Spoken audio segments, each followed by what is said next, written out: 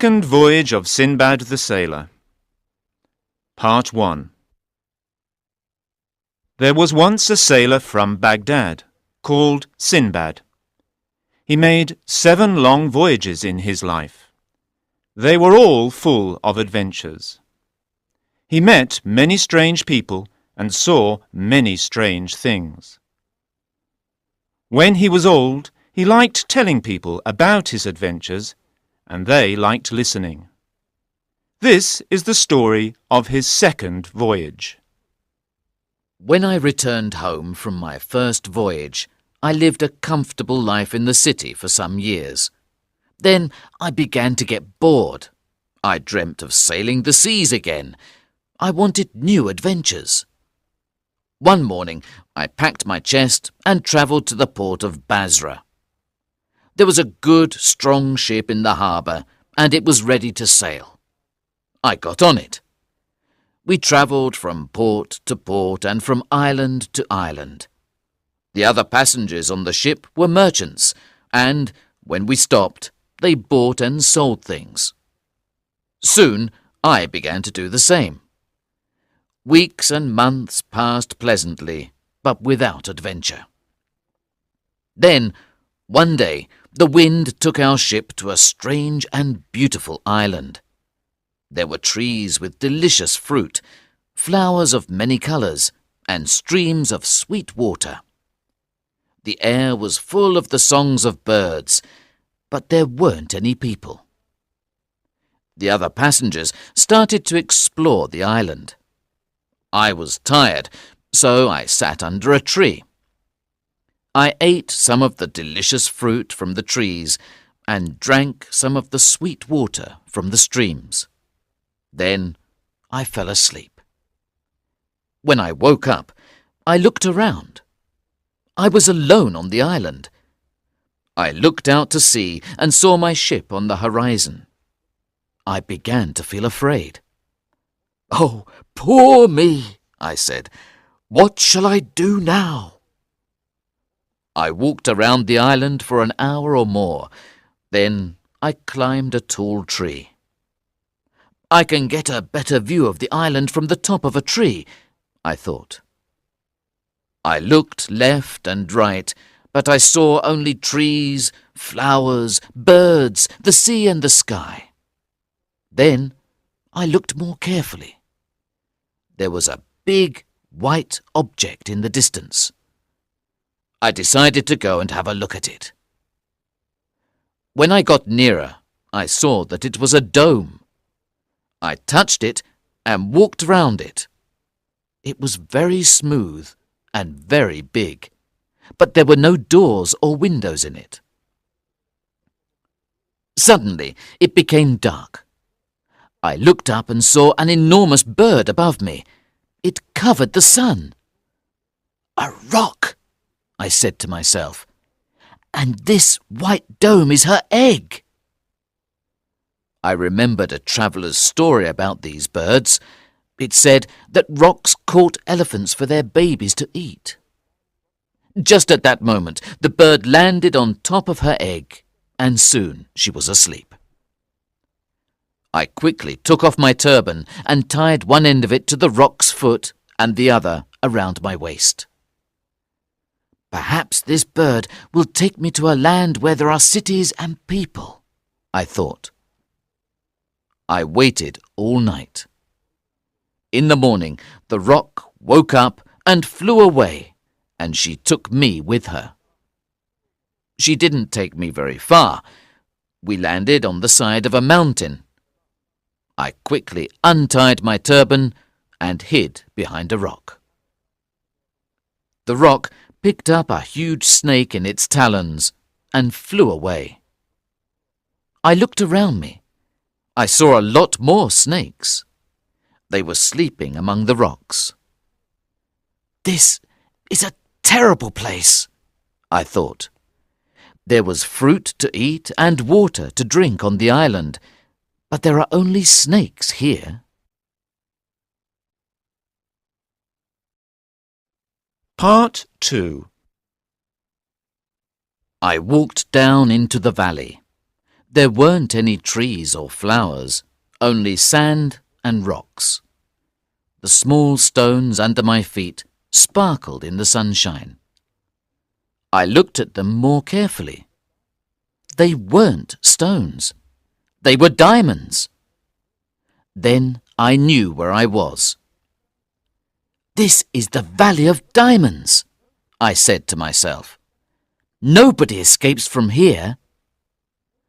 I began to feel very afraid. I looked around. The snakes were still asleep among the rocks. Their bodies were as thick as tree trunks. "They'll wake up when it is dark," I thought, "and come out to look for food.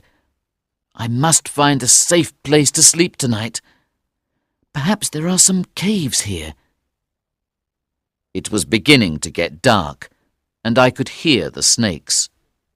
They were waking up. I walked faster. Soon I found a cave. It was big and dark inside, but the floor was dry. "This is a good place to sleep," I thought. "I'll put a big rock in the mouth of the cave to keep the snakes out. I'll be safe here until the morning." I went in and looked around. At the back of the cave I could see 2 small red lights. 2 eyes. There was a huge snake there. She was sitting on her eggs. She was looking at me. I ran out of the cave. It was completely dark in the valley now, and the snakes in the rocks were coming out. They made a terrible noise. I was very afraid. I decided to stay in the cave. "1 snake is better than 100, I thought, "and she is more interested in her eggs than she is in me." So I found a rock and closed the cave. I was awake all night. I could hear the snakes outside. The noise was terrible. The snake at the back of the cave sat on her eggs and looked at me. When I saw the first light from the sun, I moved the rock and went out. It was quiet.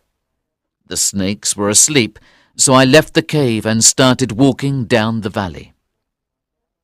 Suddenly, something fell out of the sky and landed at my feet.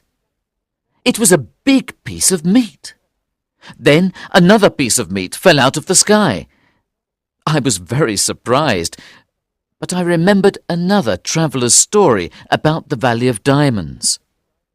The story said that diamond merchants never came into the valley because it was a very dangerous place, but they had a very clever way of getting the diamonds out. They stood on the tops of the mountains and threw big pieces of meat down into the valley. The meat was soft, so the precious stones stuck to it. At midday, rocks and eagles flew down into the valley. They picked up the pieces of meat and carried them up to the tops of the mountains. When the birds landed, the merchants shouted loudly and made a lot of noise. The birds were afraid and flew away. Then the merchants took the diamonds out of the meat and put them into chests. This was the only way of getting the diamonds out of the valley. Later, the merchants sold the precious stones in the cities for a lot of money. The story gave me an idea. I filled my pockets with the biggest diamonds I could find. Then I tied myself to a piece of meat with my turban. Soon an eagle came down. It picked up the piece of meat and me and flew up to the top of a mountain with it. As soon as we landed, there was a lot of noise and shouting. The bird was afraid and flew away. I untied myself quickly and started to run. "Hey, you! Stop!" a man shouted. I stopped. "Don't hurt me, sir," I said. "I'm an honest man. I don't want your diamonds."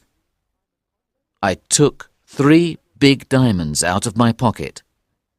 "Look," I said, "take these. I picked them up in the valley." And I gave him the stones. The man was very happy and thanked me. He took me to meet his friends. They were all diamond merchants. They gave me food and drink and listened to my story. One of them said, "You're the first man to escape from this valley." I travelled with them for many weeks. We visited many countries, and we had many adventures. I gave them diamonds, and they gave me food and drink. In one port there was a ship that was going to Basra. I was tired of travelling, and I wanted to see my family again, so I got on it. From Basra, I travelled back to Baghdad. I was happy to be home again. I was a rich man. I gave many presents to my family and money to the poor people of the city. I enjoyed my comfortable life at home. But after a few years, I started to get bored. I wanted to travel the seas again and have new adventures.